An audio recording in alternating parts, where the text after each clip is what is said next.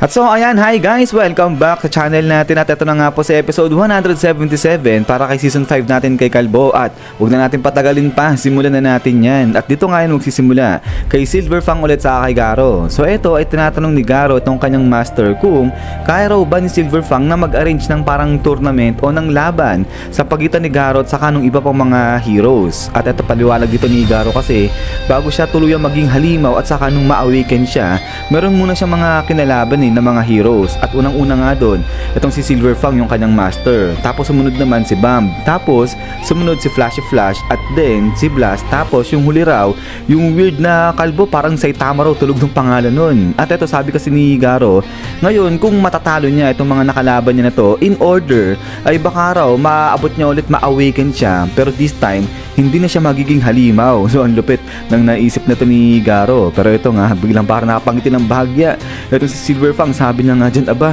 akala raw natin ni Garo matatalo niya itong si Silverfang kagad. Eh mag-isip-isip daw siya, bata pa siya, sabi niyang ganyan. At saka lalo na ngayon na naayos na raw ni Metal Knight yung kanyang likod, kaya maayos na ulit yung kondisyon nito ni Silverfang, sabi niyang ganyan. So kaya nga ang gawin daw nito ni Garo ay maghanda siya dahil mas magiging mahirap yung training na ipapagawa nga sa kanya nito ni Silverfang sa pagbabalik niya. At then pagkatapos nga niya na biglang talon dito sa may Hero Association dahil dito naman ay nag-uusap na itong si Sitch at saka nga itong si Sekingal. So itong si Sitch, sinabi niya kay Sekingal yung patungkol naman sa second generation ni Silverfang o yung sa magiging successor na ni Silverfang. At ito tuloy niya nga dyan na i-introduce o ipapakilala ni Silverfang yung kanyang successor kapag maayos na ang lahat. At sinabi niya raw yan habang binibigay niya itong kanyang resignation. So yun, so nag-resign na si Silverfang para maging isang hero. So ibig sabihin talaga mag-focus siya sa pag-training nga dyan kay Garo. Pero ito ngayon, biglang napaisip si Sekingal. Sabi niya nga dyan na talagang sobrang laki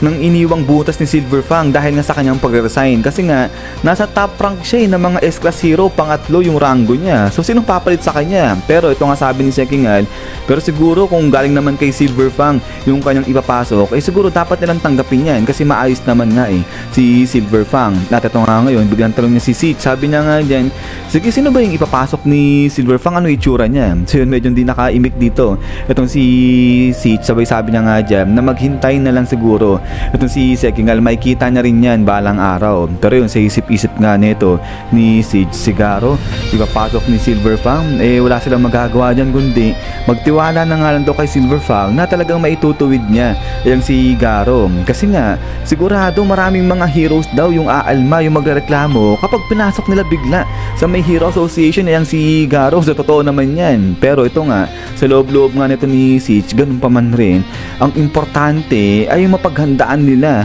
at mapalakas itong Hero Association dahil nga sa paparating na Great Prophecy. So yung Great Prophecy na yan, yung sinasabi na may matinding disaster na biglang babagsak sa mundo at possible masira itong mundo na to. So hindi nila alam kung ano pa yung disaster na nga na yun. So kaya nga kailangan nilang magpalakas dyan, kailangan nilang maghanda. But then, ay pagkatapos nga nito, ay biglang talon ulit dito yan sa side na ni Silverfang sa nga ni Garo. So ito, sabi nga ni Silverfang, gusto niya sanang ayain uminom itong si Garo para ano ba, getting to know each other. Pero bata pa raw ito si Garo, kaya no choice siya kundi sige, mag-usap-usap na lang daw sila para magka-get to know each other sila. At ito nga ngayon, biglang tanong ni Silverfang itong si Garo, sabi niya nga dyan, anong tipong babae? Sabi niya ganyan. Ito nagulat itong si Garo out of nowhere, parang wala yun sa karakter ito ni Silverfang. So kaya ito, parang nahiya, nag-blush itong si Garo. Sabi niya nga dyan, oh, saan naman galing yan? Ba't ganyan yung tanong mo? Sabi niya ganyan. So ito seryoso, si Silverfang sabi niya nga dyan, eh sabihin mo na kung sino, okay lang yan, kung artista man o idol yan, basta sinong crush mo? Sabi niya ganyan. So ito,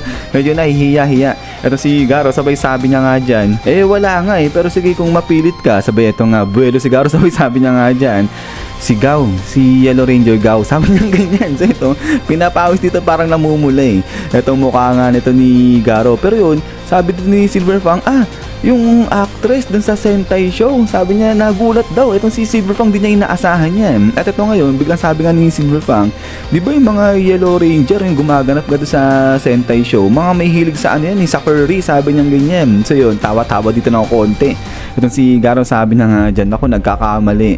Itong si Silver Fang, outdated na, luma na raw itong kanyang info. So kaya ito sabi ni Garo, sige, sasabihin ko sa'yo yung updated ngayon. Sabi niya ganyan. At din ito nga ngayon ay nagkwentuhan na dyan.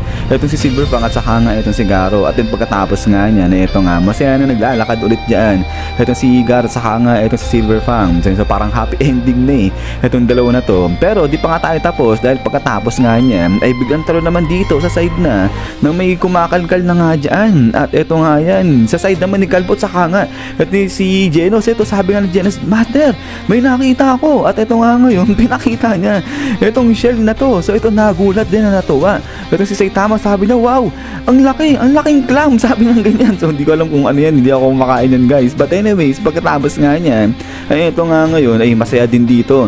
Itong si Saitama at saka nga si Genos. So yun, hanap-hanap sila dyan ng mga gamit nila sa bahay. At sabi nga dito ni Saitama, sana yung next na makita nila dyan ay yung pot para nga makapagluto naman sila. Pero ito habang naghahanap dyan, habang naghuhukay, itong dalawa ay may kung ano rito sa paligid nila na parang pinagmamasdan, parang pinapanood itong dalawa. Natin pagkatapos nga nito is biglang talo naman dito yan ulit sa may parang building na ng Hero Association. So parang mga apartment to dyan sa may Hero Association. At ito nga ngayon may nagdidingdong-dingdong na. At sabi nga nito ngayon na may bagong lipat raw dito pero hindi man lang doon sila binatin, di sila pinapansin. At ito nga sabi nila, sige kung ganun, tignan daw nila kung sino itong bagong hangal na to na lumipat din sa tabi nila. At ito nga ngayon, labas na itong tatlong parang mga heroes na nga na to. So ito tuloy-tuloy sila sa pagdidingdong jam. At ito nga sabi nila, teka lang, ba't ganun lang lumalabas? Baka raw wala din sa loob ng bahay yung bagong lipat. Pero ito nga, sabi rito nung mabuhok na hindi, may narinig daw siya, may maingay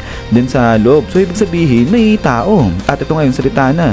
Itong nakasalamin, sabi niya nga dyan, naku, bali-balita pa naman na yung bagong lipat raw dito sinasabi, may attitude problem, sabi ng ganyan. At ano yun, ni-ignore daw sila niyan. So kaya nga ito, biglang sabi ngayon nung nakasalamin, aba, hindi pwede yan. At bilang senior niya, ipapakita niya raw kung sino yung boss rito. So yabang ng mga totid pagkatapos nga niya na ito nga ngayon, nagsisigaw na. Itong nakasalamin, sabi niya nga dyan na hindi raw ba sila naririnig ng bagong lipat na to, ini-ignore ba sila? Aba, lubas daw siya, ipakita niya yung mukha niya, sabi niyang ganyan. At ito ngayon, maya-maya, biglang may kumalabog ang lakas dyan sa loob ng bahay. So kaya nga ito nagtawanan. Itong tatlo, sabi nga nila, aba, bing kumalabog, nagmadali yata, baka nagpanik, kinabahan, sabi nila ganyan. So binubuli nila yung tao dyan sa loob. At ito nga ngayon ay nagbukas na bigla na konti lang itong pinto na to. So yun, sabi nila, ayun, lalabas na rin. At ito ngayon, biglang lumabas rito itong mukha na to. So ang dilim ng mukha, sabay sabi niya nga rito, bakit?